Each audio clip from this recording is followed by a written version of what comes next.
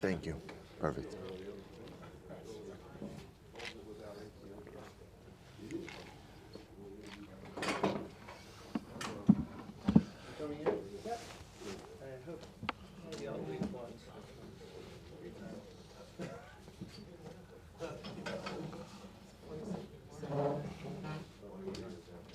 All right, Rabbi, say good morning. Let us begin. We are picking up page Reish Dalid. Page Reish Dalid. So remember again, focusing still on the aspect of Chassidus and what it means to be a Chassid. So we transitioned a little bit from what Ramchal called actional Chassidus to cognitive Chassidus. We started ultimately again, what does it mean to be a Chassid b'maisa? What actions are those that lend themselves to an attitude and a lifestyle of Chassidus? And now we're focusing on the mindsets, right? The cognitive mindsets. Well, it's not just the cognitive, the emotional dispositions also that a person has in order ultimately again to be a Chassid. So let's pick up. We're picking up at the bottom of page Reish Dalid. He goes on, he says, V'hine ha'chassid hazeh, milvad ha'avoda shu oved b'maisa mitzvos of ala kavana hazos, hine vaday tzarech sheyitzta'er tza'ar tamid tza'ar mamish ala golos va'ala churban. So it's actually quite beautiful. So if you remember again, in the last 2 days, we were focusing on this idea that the chassid is one who serves HaKadosh Baruch Hu in a selfless and not a selfish manner. We pointed out the idea that selfishness sometimes manifests itself in ways that we wouldn't think about. For example, remember the example that Ramchal gave. If I serve HaKadosh Baruch Hu for the sake of bettering myself, for the sake of bettering my soul, for the sake of lifting and unlocking my inner potential and greatness, those all sound like very great things, but that's for me. That's things that I'm doing for me, which is beautiful, but that's the first step. The ultimate goal is I serve HaKadosh Baruch Hu to ultimately, again, amplify His greatness in this world, to allow His presence to be more acutely felt in every corner of the world, to somehow allow His greatness to be appreciated by the rest of humanity through my actions and through my behaviors. So I'm not serving HaKadosh Baruch Hu for me, I'm serving HaKadosh Baruch Hu for Him. So the Ramchal now builds on that. He says the next piece of this is to try to tap in and to feel the pain of HaKadosh Baruch Hu and the pain of Am Yisrael. What's the pain of HaKadosh Baruch Hu and the pain of Am Yisrael? He says that's the pain ultimately again that one experiences when one thinks about Golus and one thinks about Churban. One thinks about the destruction of the Beis HaMikdash and ultimately diaspora. That Rabbi said, now appreciating that, by the way, when the Ramchal describes Golus over here, diaspora, this is not simply a geographic statement. Everybody's in Galus, right? The world is in Galus because Galus is a state of being until Mashiach, until redemption comes. So if a person is in Eretz Yisrael, there's less Galus. But Lamaisa, again, all of the world itself is in a state of Galus in the absence of Mashiach. To feel that state of disrepair, to feel the absence of the Beis HaMikdash, mitzad, but why? But why? You see, okay, we all know this, have to feel the absence of the Beis HaMikdash. So we'll say, so sometimes we think it's because I'm going ahead and I'm mourning something that's lacking. He says, it's not just the Pshat, mitzad masha ze gorei miut. The absence of the Beis HaMikdash causes a diminution in the presence of HaKadosh Baruch Hu in this world. The whole point of a Beis HaMikdash is v'asuli mikdash v'shachanti b'socham. It's a divine domicile in this world. That's the essence of a Beis HaMikdash, which means that when the Beis HaMikdash is not here, there's less of God in the world. It sounds strange because HaKadosh Baruch Hu is everywhere and anywhere. But there is this in Chassidus, there's the concept of tzimtzum, of HaKadosh Baruch Hu contracting His presence. Contracting and therefore, again, almost have the appearing of lessening or removing a certain degree of presence. When there is the Churban, when there is the absence of the Beis HaMikdash, there's tzimtzum. There's a certain lessening of HaKadosh Baruch Hu's presence. That's what's painful about Churban. He goes on, Kiviyachol lichvodo yisparach. And you know who that's most sad for? It sounds strange, but that's most sad for HaKadosh Baruch Hu. Because the Ribono Shel Olam Kiviyachol is not living the life that he would like to live, if you could say such a thing, right? What God wants is ultimately, again, to be here with us.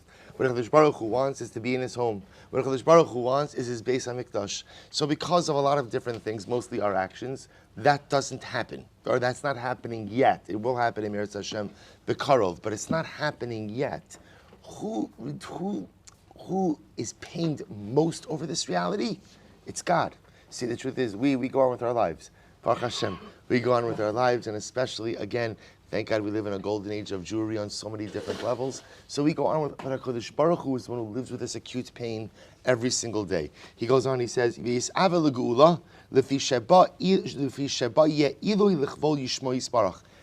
do you daven for Geula? Why do we daven for Mashiach every single day? I daven for Mashiach, I daven for Geula, ultimately, again, for the elevation of HaKadosh Baruch Hu's name. Because at the end of the day, my God, who I love so much, will no longer experience kiviyachol, the pain that he does each and every day with Galus once Mashiach comes. So it's even just a different mindset. We all know that you have to daven for Mashiach.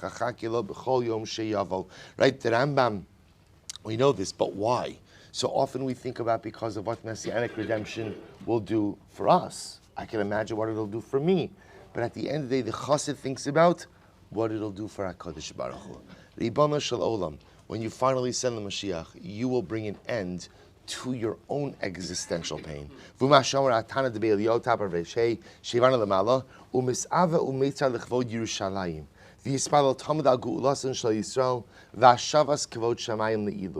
person should always daven, or a person should always be pained for the kavod of Yerushalayim, and a person should daven constantly for the gula, for the redemption of Am Yisrael, and the restoration of HaKadosh Baruch Hu's glory.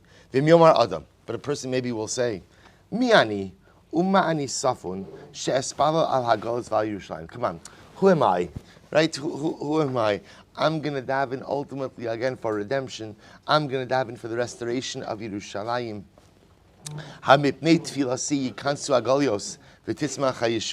Really, it's me, right? It's my prayer that's standing in the way of redemption, right? It's just me. Everything else in the world is fine. Literally, again, the celestials here is just waiting for the tefillas of Shmuel Silber to go ahead and bring the Messianic King. Come on, right? Really, Jews have been davening for thousands of years. People much greater than any of us have been davening. So am I really going to move the needle on this at all? So the Ramchal says, we know the answer. Tshuvaso b'tzido. The answer is right here. Ke'osa sheshaninu lefichach nivra adam yechidi. Why was a person? This perhaps is one of the most fascinating questions in general about the creation story, which is why Adam was created alone. Right? It's not the pshat that HaKadosh Baruch Hu created Adam, and then when you read the psukim, it can sound like HaKadosh Baruch Hu created Adam, and then it says, oh yeah, you know what? It's not so good for man to be alone. Let me create for him another human being. It creates a woman. So it sounds like the HaKadosh Baruch Hu was just the plan was just going to be create Adam as is, and then Chava is like an afterthought. That's of course not true. It was always the plan, ultimately again, to have two human beings. So if that's the case, why is Adam created first by himself? Kadesha kol echad yomar bishvili nivra ha'olam. The idea that HaKadosh Baruch Hu wanted there to be a point in time where there was only one human being in the entire universe. Because what does it mean if there's one human being in the entire universe? That HaKadosh Baruch Hu says, that I could realize, I should say differently, when that moment when there was one human being in the universe, Adam Rishon says to himself, what? Bishvili nivra ha'olam. Everything was created for me. Everything was created for me. There is that moment, those couple of hours, where all there is Adam in the world. All there is Adam. And what's his mindset in that moment? The whole world was just created for me. Everything in the universe just created for me. So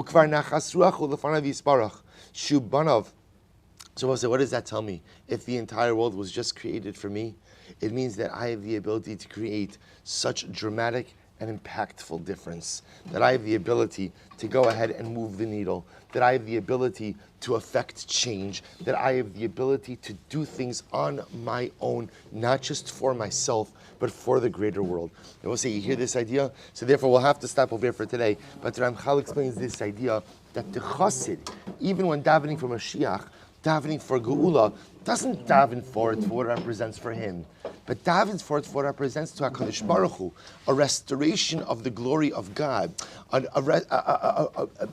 HaKadosh Baruch Hu front and center in the consciousness of humanity. That's what Mashiach represents. And so I daven for Geula every single day, because I can imagine the joy that I'm going to experience but the joy of HaKadosh Baruch Hu is going to be infinitely greater than mine. The Chassid is never simply focused on himself. The Chassid is always focused on the Ribono Shel Olam. Unless you think that I'm one person, what can I do to possibly make a difference? Remember, Adam Rishon was created as a solitary being to teach us the simple idea that Bishvili Nivra HaOlam. Each of us has the ability to impact and to affect dramatic and incredible change. Right, so stop over here.